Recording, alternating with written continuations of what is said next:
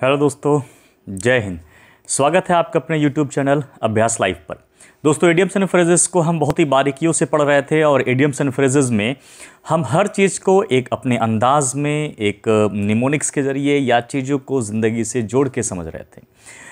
बिल्कुल हम धीरे धीरे चलेंगे, लेकिन इस एक बार की पढ़ाई से आप हर बार इसको याद रख सकते हैं। आज की हमारी पहली वर्ड मीनिंग है the alpha and omega. The alpha and omega जब आप जाते हैं लैटिन भाषा में, और लैटिन भाषा में आप देखेंगे कि अल्फ़ा, बीटा, गामा, डेल्टा, तो ये असल में लैटिन भाषा के लेटर हैं। लैटिन भाषा का जो पहला लेटर है वो है अल्फ़ा, और अल्फ़ा अगर ए है तो बीटा बी है, तो गामा सी है, तो डेल्टा डी है। इस तरीके से कई सारे लेटर बनाए गए हैं और इसी तरीके से चलते चलते फाई, साई और लास्ट वर्ड जो उसका लास्ट लेटर होता है वो होता है ओमेगा। यानी अल्फ़ा से उस लेटर की शुरुआत होती है लैटिन भाषा की, और लैटिन भाषा का अंतिम लेटर है ओमेगा। यानी जहाँ अल्फ़ा बिगिनिंग करता है वहीं ओमेगा एंड करता है। तो अल्फ़ा एंड ओमेगा का सही मतलब क्या होगा? इसका सही मतलब हो जाएगा the beginning and the end. यानी ऑप्शन नंबर कौन सा सही हो जाएगा? ऑप्शन नंबर सी इसका सही जवाब हो जाएगा। ठीक है, फिर इसी तरीके से दोस्तों आगे बढ़ते हैं अपने नेक्स्ट वर्ड मीनिंग पर। अगला वर्ड मीनिंग है पुल अ लॉन्ग फेस। अब पुल का मतलब खींचना, लॉन्ग माने लंबा, फेस माने चेहरा। आपने क्या किया? अपना चेहरा लंबा बना लिया, है ना, खूब लंबा बना के बैठे हुए हैं। तो चेहरा लंबा हो जाना, इसका मतलब है कि आप बिल्कुल उदास हो गए हैं। आप बिल्कुल उदास होने का मतलब हो गया कि टू लुक डिसअपॉइंटेड। आप बहुत फीके फीके लग रहे हैं, बिल्कुल उदास लग रहे हैं, जैसे लग रहा है ज़िंदगी में कुछ नहीं है, मुंह बना के बैठे हुए हैं। तो पुल लॉन्ग फेस इसका क्या सही, इसका सही जवाब हो जाएगा? सही जवाब हो जाएगा ऑप्शन नंबर ए। और ऑप्शन नंबर ए क्या है? To look disappointed. ठीक है, चलिए फिर आगे इसी तरीके से बढ़ते हैं अगले सवाल पर। अगला है give a wide birth. Give देना, वाइड चौड़ा, बर्थ मैंने सीट। याद रखिए BIRTH नहीं है, उसका मतलब जन्म होता है। BERTH है, इसका मतलब जगह होता है। ठीक है, जैसे आप ट्रेन में देखे होंगे बर्थ नंबर होगा। तो गिव अ वाइड बर्थ मतलब आप किसी को जगह दे रहे हैं, लेकिन कुछ दूरी पे दे रहे हैं। भाई थोड़ा दूरी जगह बनाए रखना।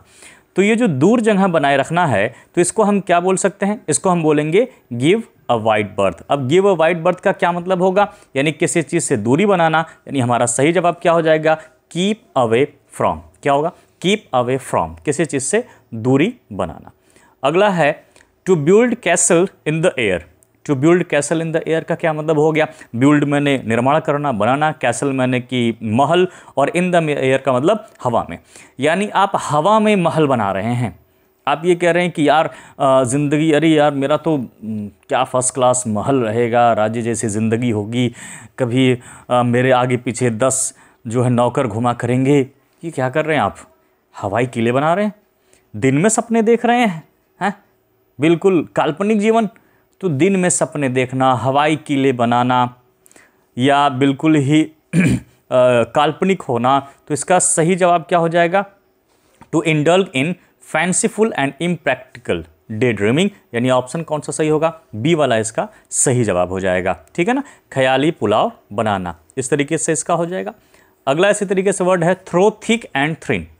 थ्रो थिक एंड थिन का क्या मतलब होता है? थ्रो मैंने के माध्यम से या थ्रो मैंने गुजरना, थिक एंड थिन यानी हर तरीके से, हर स्थिति से आप गुजर चुके हैं।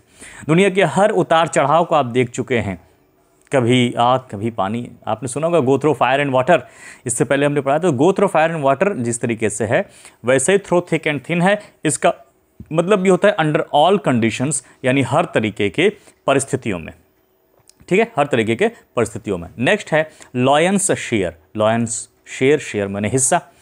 अब जंगल में जाहिर से बात है कि सबके लिए खाना लगा हुआ है।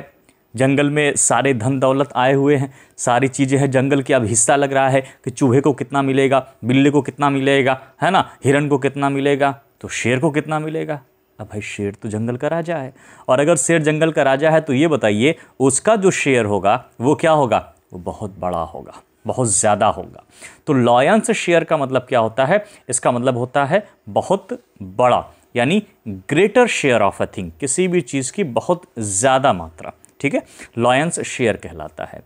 ठीक है, नेक्स्ट इसी तरीके से अगले वर्ड पे चलते हैं। अ snake in the grass. Snake का मतलब होता है सांप, इन द ग्रास का मतलब घास में छिपा हुआ है। सांप तो है बट दिखाई नहीं दे रहा है, क्यों? क्योंकि वो सांप में, वो जो है घास में छिपा हुआ है। अब घास में छिपा हुआ है तो भाई हम तो केवल घास दिख रहे हैं, मुझे तो सांप दिख नहीं रहा है।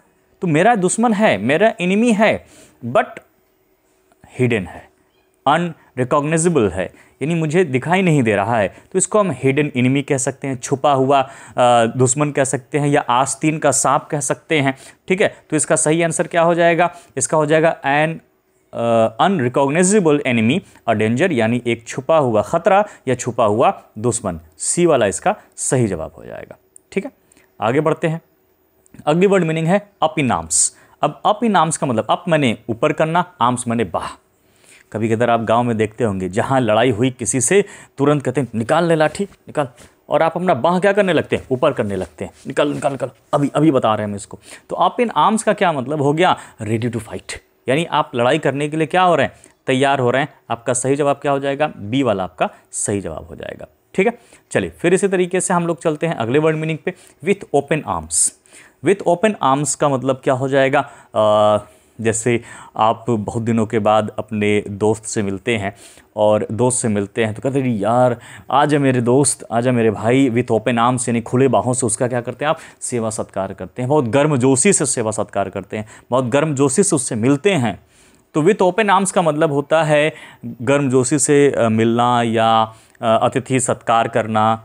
ठीक है, तो विथ ओपन आर्म्स क्या हो जाएगा? इसका सही जवाब हो जाएगा वार्मली। क्या हो जाएगा? वार्मली। ठीक है, नेक्स्ट हम कहते हैं, और आई थिंक यहाँ से वर्ड मीनिंग आपकी समाप्त हो गई है। तो प्लीज़ अभ्यास लाइव हमारे चैनल को, यूट्यूब चैनल को सब्सक्राइब करिए, शेयर करिए और लाइक करना मत भूलिएगा। Thank you very much for watching.